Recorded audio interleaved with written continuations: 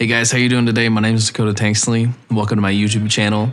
Today we're going to be doing a music history lesson, and in particular we're going to be talking about 4 African American guitarists that have had a huge impact on my playing and my growth as a musician. Number 1 on the list, and maybe my all-time favorite guitar player, is going to be Jimi Hendrix. So Jimi Hendrix was born in November 22nd, 1942 in Seattle, Washington. He was a self-taught guitarist and bought his first guitar at the age of 15 for $5. He was influenced by Muddy Waters, B.B. King, Howlin' Wolf, and Robert Johnson, to name a few. After being discharged in the Army in 1962, Hendrix returned to Clarksville, Tennessee and began performing in backup bands for acts including Wilson Pickett, Slim Harpo, Sam Cooke, Ike and Tina Turner, the Isley Brothers, and Little Richard. After being discovered by Keith Moon, the drummer of The Who, and later introduced to Chas Chandler of the Animals, Hendrix left the States, where he arrived in London on September 24th, 1966. Later that year, on October 23rd, he would record his first single as a band leader, and that would be a cover called Hey Joe. This first lick is coming from the solo from Hey Joe. You're going to find this lick at the 140 mark.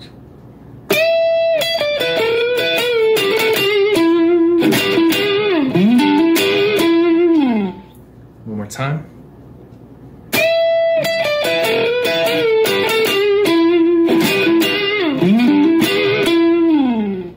And let's do it one more time slowly.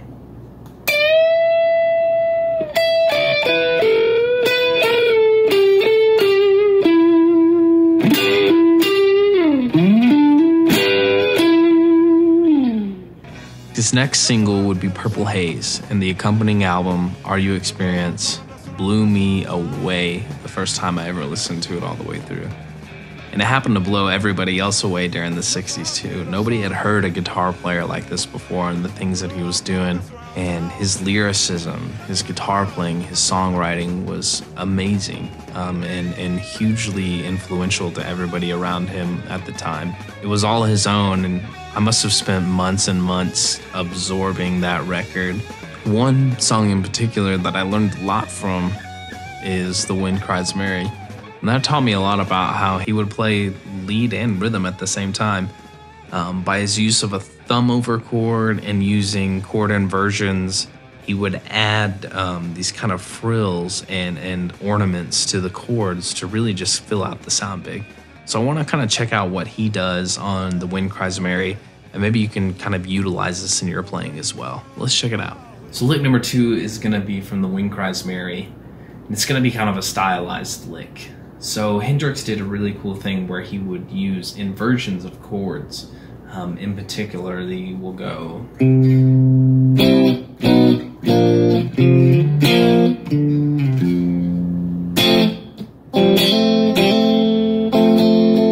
Let's do that one more time and kind of talk about what's going on. So we've got just a C major bar chord walking down to B flat. And then Hendrix does a really cool thing where he kind of outlines a B flat over D, which is just first inversion. So he can do cool things like hammer-ons and pull-offs, as well as double stops. Then when he goes down to the F chord, he does his signature thumb over. Now typically you play a bar chord F like this. And what Hendrix did, man had huge hands, he would take his thumb, wrap it over the top, and this is something that I learned early on in my playing. Wrap that over the top, and then just do, we have thumb hitting the first string, thumb hitting the 6th string on the F note, then 3rd finger, 3rd fret of the D string, 2nd finger, 2nd fret of the G string, and 1st finger, 1st fret of the B string. So we get a little bit of a separation from the normal bar chord, but what that allows us to do is have some freedom to do some interesting licks, where we can hammer on from the open G to the A with our 2nd finger. We can also take our pinky and go from the 1st fret and hammer on, pull off on the 3rd fret while holding the chord. Or we can use the 3rd finger to hammer onto that B flat from the A and go.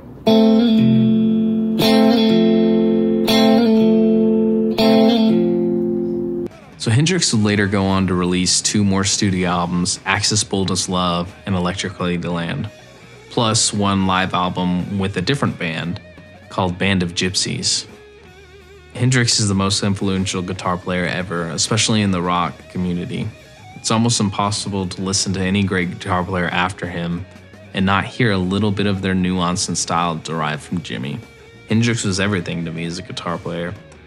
I owe a lot of my style and nuance to him and learning his records, so thank you, Jimmy. You're very important to me and my growth as a musician. Now, let's get on to number 2. Number 2 is going to be the Jimi Hendrix of the jazz world, and that is Wes Montgomery. I consider Wes Montgomery to be the true godfather of jazz guitar. He was born March 6, 1923 in Indianapolis, Indiana. His sound is the pinnacle of virtuosity, melodicism, and tone in the jazz guitar world.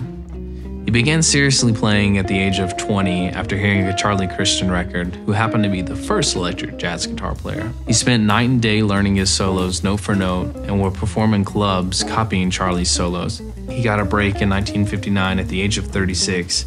He released his first record as a band leader with the Riverside label, and that record was called A Dynamic New Sound, the Wes Montgomery Trio. So the 3rd lick, was Wes Montgomery lick, is going to come from his solo on Echo, and you can find this at the minute mark 2:56 in the song.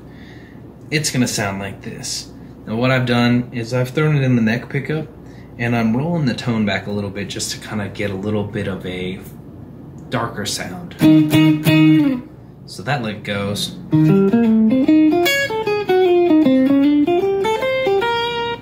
Once again.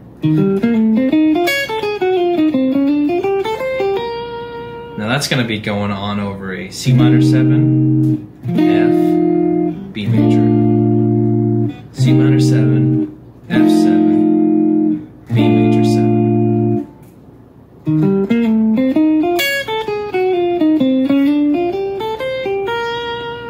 Let's do it really slow.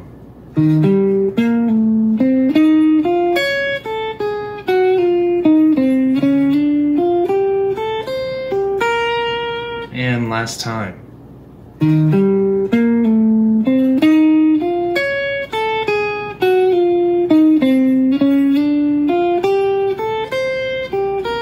So a lot of Wes's tone came from his use of a thumb rather than using a guitar pick. That led to kind of a softer, rounder, fatter, and the way I describe it is like a rubbery tone. Wes was also particular in that he used octaves. So instead of playing single note lines with just one note, he would double it with the octave above. And I kind of want to show you a little bit of how I utilize that and maybe a lick that you could incorporate in your playing and be able to kind of use that style. And you can use your pick if you want to. I suggest get used to trying to tuck that pick in to your fingers and hide it, and then use your thumb, because that's really how you're going to get the benefit of this. Because there's something about that thumb sound, man. It just is fat, and it's really going to accentuate those octaves. So let's check out that lick. So lick number 4 is going to be Wes's octave style. Now to do this style, you grab one note. So let's say we're going to take the D, that's on the 5th fret of the A string, and then we're going to take our 3rd finger, and we're going to go the next D up, and that is on the 7th fret of the G string. We take our thumb, and you can set your fingers along the pick guard, and you're going to strike down with the side of your thumb. That's going to give you more of that Wes sound, as opposed to a pick, where it's a lot brighter. You're going to get a warmer, better jazz type of tone. So, whenever we're on string sets, either 6 and 4 or 5 and 3, we're going to use 1st finger and 3rd finger. Now, if we happen to go up to string sets 4 and 2, or 3 and 1, we're going to be using our first finger and our pinky to get that separation.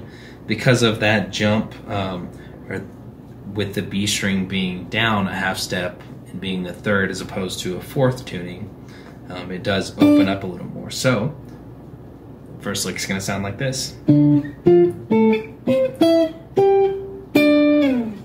more time. And let's do it real slow.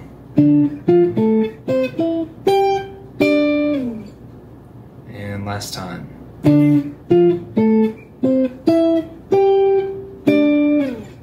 Now you'll probably notice that I did use my pinky a little bit when I was on the other string sets. Now that's okay, it's kind of whatever you're comfortable with. I find that I just grew to use my pinky a lot, so it's kind of a force of habit for me. Now the second part of that lick is going to be a C major 7 sharp 11 chord. This one is going to be cool because we're going to jump up a chord tone and down a chord tone. What I mean by that is we're going to go C up to G, back down to E, but we're going to keep moving horizontally up the fretboard, and that's going to give us some movement.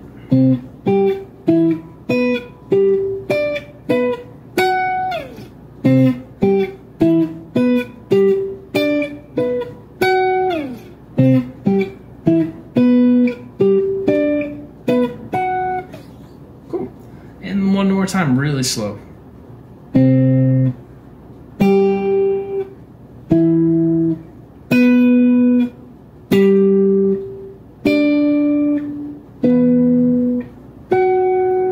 For a lick like that, I'm definitely going to be using 1 and 3 and then 1 and 4, just because it's going to be a lot easier to move around. Now, Wes was also a master of chord melody arrangements. He was also a master of doing chordal solos, which is really difficult, but his chord and melody arrangements are beautiful. In particular, I think you should check out I've Grown Accustomed to Her Face. And that's going to be off of the Full House record, which was a live record that he cut out in Berkeley, California. You can find tab for it, you can find sheet music for it. If you can try and learn a little bit of it by ear and figure out some of those chords by ear, it's going to be really, really beneficial to you as a player. Now, unfortunately, Wes passed much too early, but Wes's legacy and his sound lives on in a lot of guitar players that came after him. In particular, I can think of George Benson, Pat Metheny, and Pat Martino really drew heavily from his style and his sound. And then obviously I drew majorly from Wes Montgomery. Every time I listen to him, I feel like I learned something new. He had a knack for playing over chords in a way that never sounded generic and never sounded cliche. It was always new and it was always fresh. So I owe a lot of everything that I know to Wes Montgomery, and I continue to learn from him every day. Now, let's talk about this next guitarist, and that's a little bit more aggressive and on the blues side of things. That's going to be Albert King. Man, Albert King was a big influence on me probably in my early 20s when I had really been into Stevie Ray Vaughan a lot. And then I found out, oh man, Stevie Ray Vaughan got a lot of his licks from Albert King. I should probably check him out. So Albert King was born April 25th, 1923, same year as Wes Montgomery, in Indianola, Mississippi. He began his professional career in the 40s, but rose to prominence in the late 60s during the time of the blues revival. Albert was unique in that he played his guitar left-handed, but he didn't flip the strings upside down. In 1967, he was signed to Stax Records, where he released the album Born Under a Bad Sign, with the track becoming a hit single. So this brings us to lick number 5.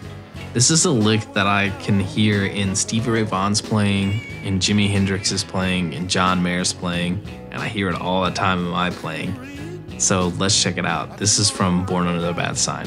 So this is going to be the opening lick for Born Under a Bad Sign of the Born Under a Bad Sign record from Albert King. It goes like this.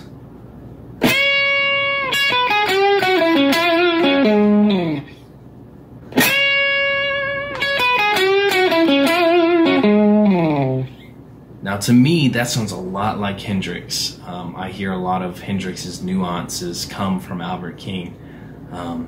Let's do that a little bit slower.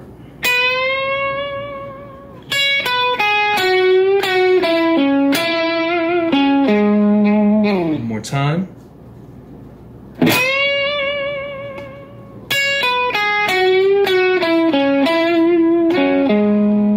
That's a real favorite lick of Albert's right there. You hear it all the time in his playing. When you hit that in the second measure and hit that vibrato, you really want to shake the guitar pretty hard. Albert had a really wide vibrato. You kind of hear that in Hendrix's playing a lot as well. They were both pretty big dudes with pretty big hands, so whenever they hit the string, they really could put some power behind it. So try and emulate that sound as well. You really want to pick up on all the nuances in their playing. Now, Albert had an aggressive, almost biting type tone. He did play a Gibson Flying V and typically used it in a bridge pickup. He was known to play his amps really loud. He would get 2 super reverbs and crank them to 10 when he's on stage. Unfortunately, later in his life, he did go deaf due to that. But hey man, it's rock and roll, right? So I want to in particular talk about this next lick, which is, it's not a lick in itself. It's more of a kind of talking about Albert King's style and how he could bend a note and really get a lot of use out of just one note, or doing what we call microtonal bending, which is when you bend a note, instead of going up to an actual note, you kind of go in between. So like say you bend up from C to C sharp, but you don't quite go to C sharp. You kind of lay somewhere in between. Albert King did that really well, and it added a vocal quality to his guitar solo and his guitar playing. And that's something that I really like to utilize in my playing a lot. And I find myself trying to do it more and more because it has such a strong vocal quality. So let's check out a little bit of how to do that. Let's check out lick number 6.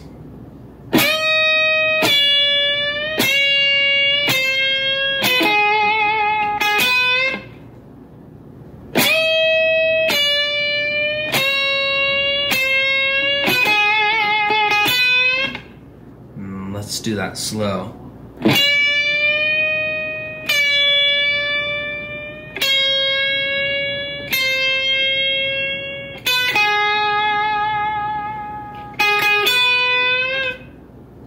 Getting those microtonal bends can be kind of hard.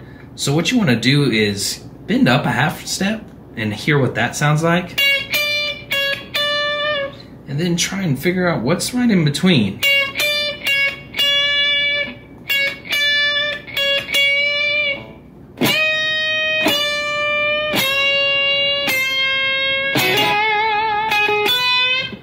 So Albert King would perform all the way up until his death in 1992. He influenced tons of guitar players, and especially Stevie Ray Vaughan. You can actually listen to an album that he and Stevie Ray Vaughan cut together, and it was live. It's really great, tons of wonderful licks, and then when they're playing together, you're gonna hear where Stevie got an inspiration for a lot of his sound. Now, someone who's obviously shares the same quote-unquote last name with Albert King and is a little bit of a different style is going to be B.B. King. That's my last guitar player that I want to talk about today. Obviously, everybody knows who B.B. King is. He was probably the most recognizable blues musician that's ever lived, one of the greatest songwriters for blues music, and one of the greatest guitar players in my opinion. B.B. King had a great way of mixing minor and major pentatonic sounds that a lot of other guitar players didn't really do at the time. I mean, he kind of opened that up for a lot of people down the road. And in particular, if you listen to John Mayer when he plays over some blues, he'll have a lot of those B.B. King nuances in his sound. So B.B. King was born September 16th, 1925 in Berkeley, Mississippi. Where Albert King was more aggressive and played more minor pentatonic styles, B.B. King was more subtle and leaned more on using a major minor pentatonic sound. Obviously, he's the most highly recognized blues musician that's ever lived. And when you hear his voice, you know it's him. But when you hear his guitar playing, you definitely know it's him. He had a way of doing more with less. He didn't use crazy speed or wild licks. He just played from the heart, and you can feel it straight to your soul.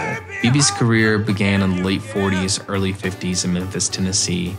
So during B.B. King's long career, he wrote a ton of singles that later became blues standards that all of us in the blues community play.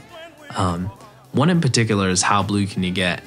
And I really love this song, and I really love one version in particular on the Live at Regal record. And he just does this one lick that I think is a great example of how to put together major and minor pentatonics and really just expand the sound that you're getting and not just be restricted to one sound or the other. So let's check that out. God damn it.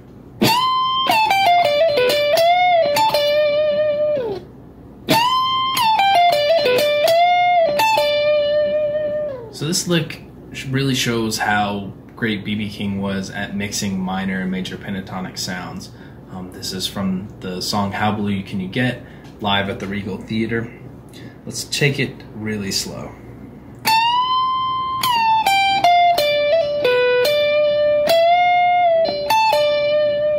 One more time.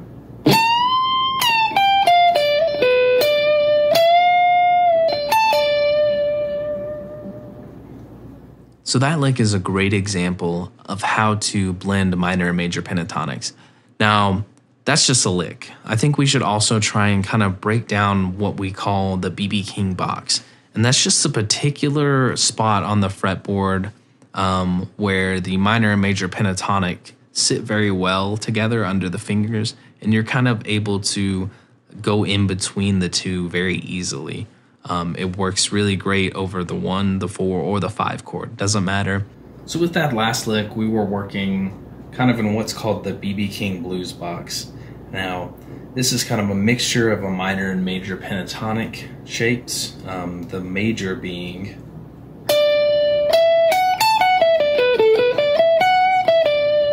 and then the minor being. So what B.B. does over the 4 chord, it's bending up to that major note, the B in this case, or coming from the major pentatonic scale,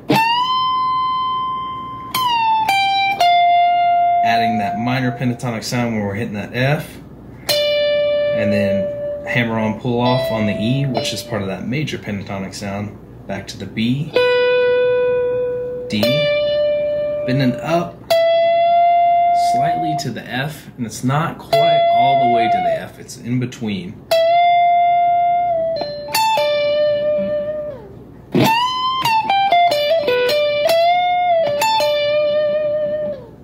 So I really consider B.B. King to be the gatekeeper of the blues.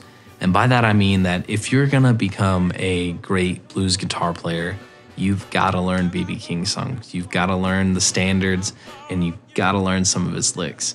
In particular, I think one album that's really beneficial is Live at Regal Theater.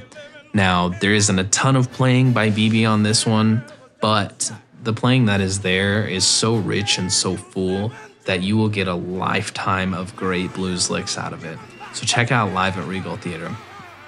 And that brings us to the end of this list, at least for my top 4 that have influenced me.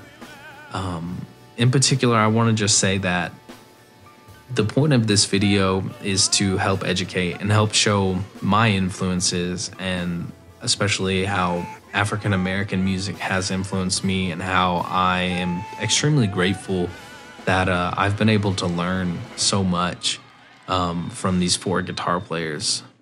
With these times that are going on right now and everything, with the protests and the killing of George Floyd, I felt that this is the most sincere way that I can say something. I'm not extremely political on social media platforms.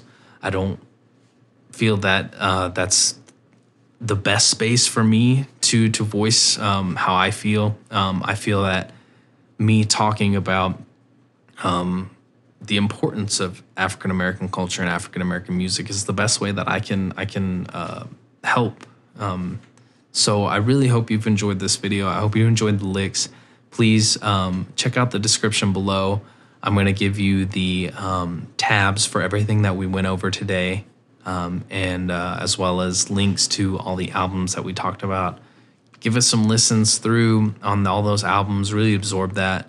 Share with your friends. I think that the most important thing that we can do right now is to embrace each other's cultures, embrace each other's histories, and try and heal the divide in the nation that's going on right now. So I hope you enjoyed this video today, guys, and please like, share, and subscribe, and thank you.